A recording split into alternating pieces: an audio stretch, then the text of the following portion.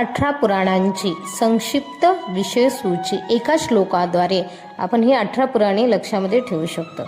देवी भागवताच्या प्रथम स्कंदामध्ये 3ऱ्या अध्यायात 2रा श्लोक आलेला आहे. त्यामध्ये 18 पुराणांचं वर्णन केलेलं आहे. मद्वयम भद्वयम चैव ब्रत्रयम व चतुष्टयम अनापलिंगकुस्कानि पुराणानि पृथक पृथक.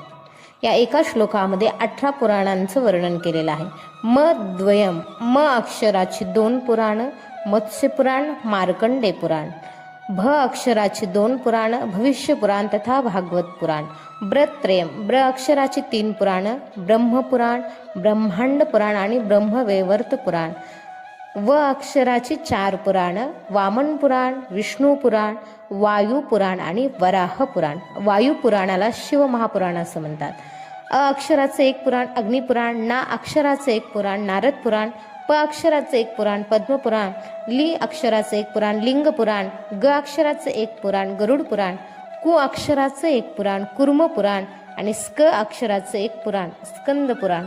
अशी 18 पुराणं आपण या श्लोकाद्वारे लक्षामध्ये ठेवू शकतो. त्याच्या श्लोक संख्येचं वर्णन केलेलं आहे. मत्स्य पुराणामध्ये 14,000 श्लोक आहेत. मार्कंडे पुराणामध्ये 9,000 श्लोक आहेत. भविष्य पुराणामध्ये 14,500 श्लोक संख्या आहे. भागवत महापुराणामध्ये 18,000 श्लोक आहेत. ब्रह्मपुराणामध्ये 10,000 श्लोक आहेत. ब्रह्मांड पुराणामध्ये 12,100 श्लोक आहेत.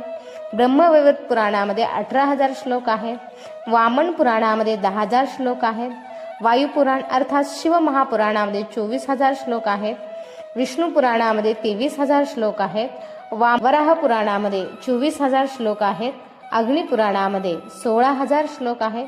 नारद पुराणामध्ये 25,000 श्लोक आहेत आणि पद्मपुराणामध्ये 55,000 श्लोक आहेत.